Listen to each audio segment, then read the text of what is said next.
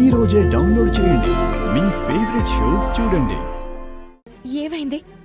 ఎందుకు ఇలా ఉన్నావు? నేను బాగానే ఉన్నాను. బాగుంటే ఇలా ఉండవు.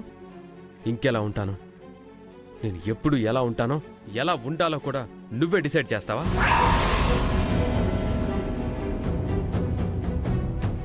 నా పట్ల ఎప్పుడు నీ చూపు గాని నీ మాట గాని ఇంత కటువుగా ఉండేది కాదు. అవి సందర్భాన్ని బట్టి మారుతూ ఉంటాయి. నిలకడగా ఉండడానికి నేనేం విగ్రహాన్ని కాదు కదా, మనిషిని. రకరకాల ఎమోషన్స్ నాకు ఉంటాయి. రైతులు వచ్చినప్పుడు కూడా ఇదే విధంగా మాట్లాడావు. నిన్ను ఈ విధంగా చూడ్డం ఇదే మొదటిసారి.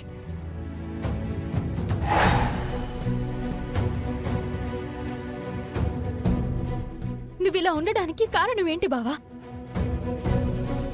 నా కారణాలు నా దగ్గరుంటాయి. అన్నీ నీకు చెప్పాలా ఏంటి?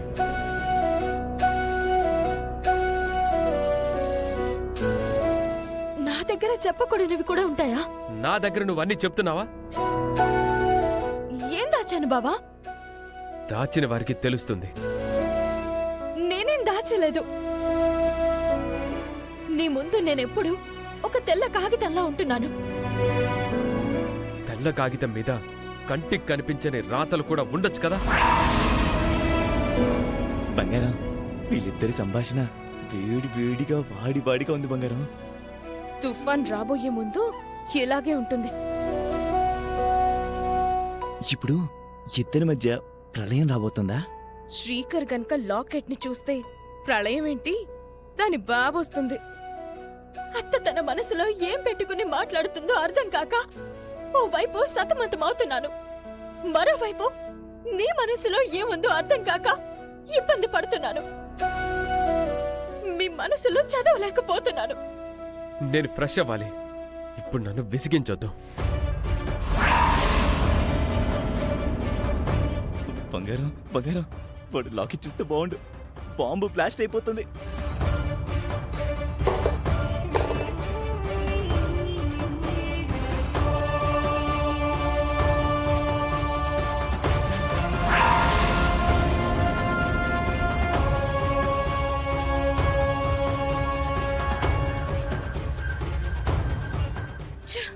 మిస్ అయింది. అవును బంగారం.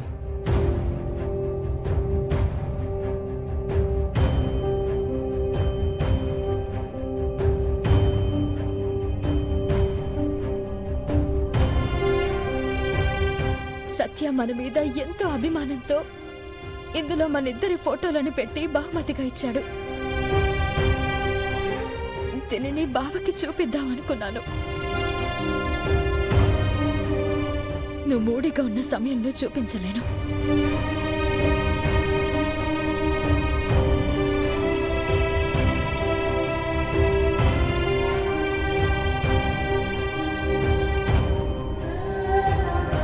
మిస్ అయింది బంగారం.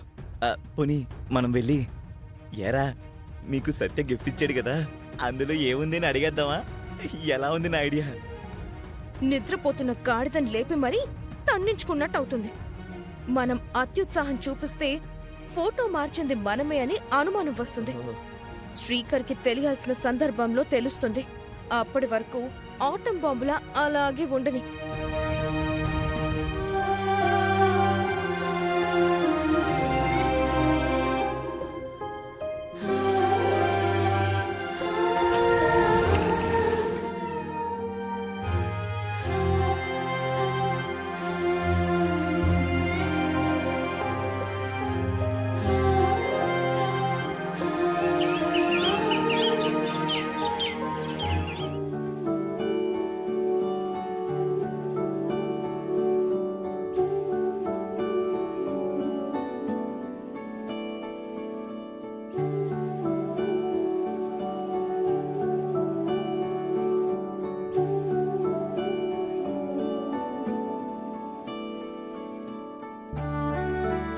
ఏంటో ఈ మగాళ్ళు ఒక్కోసారి భార్యలకు కూడా అర్థం కాకుండా పోతారు.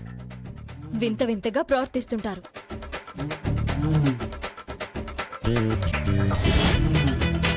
బయట చాలా ప్రాబ్లమ్స్ ఉంటాయి, ఆఫీసులో చాలా టెన్షన్స్ ఉంటాయి.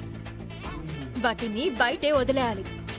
ఇంటి వరకు మోసుకొస్తే ఏం బాగుంటుంది?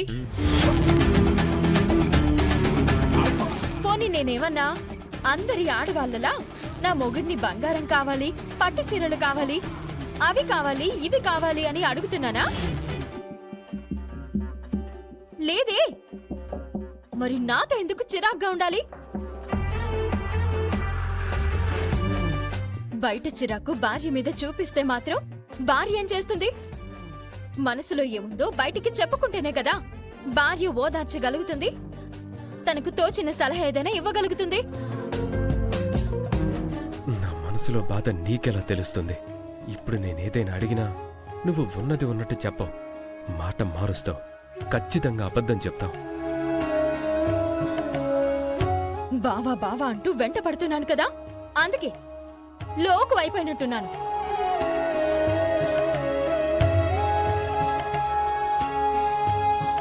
ఏంటమ్మా నీలో నువ్వే మాట్లాడుకుంటున్నావు? నాలో నేను కాదమ్మా, ఒకరికి వినిపించాలని మాట్లాడుతున్నాను. అర్థం కావలసిన వారికి అర్థమవుతుందిలే. ఎవరికి అర్థమవుతుంది?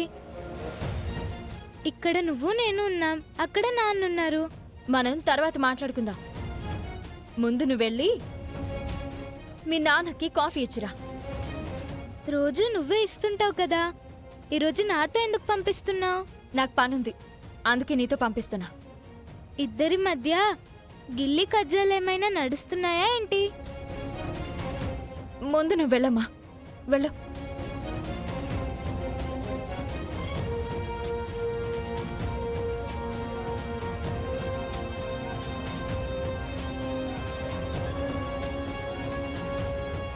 నాన్న కాఫీ.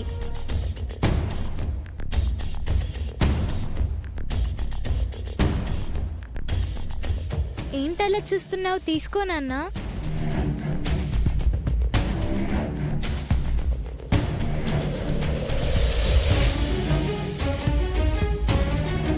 నిన్న సత్య అక్షయ్తో ఏం మాట్లాడాడో తెలుసుకోవాలి.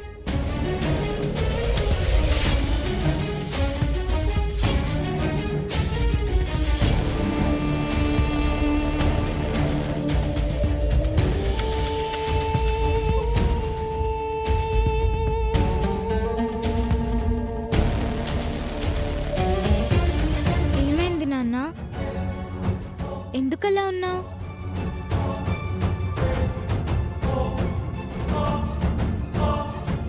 అక్షయ, ఇలా వచ్చి కూర్చో.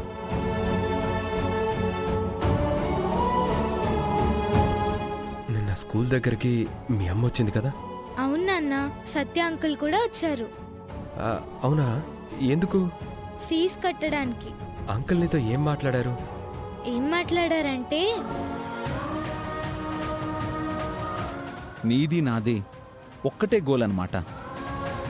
నువ్వు అందరికీ న్యాయం చేయాలనుకుంటున్నావు కాబట్టి నువ్వు కూడా నాలా లాయర్ కావాలి. నేను నీకు అండగా ఉంటాను.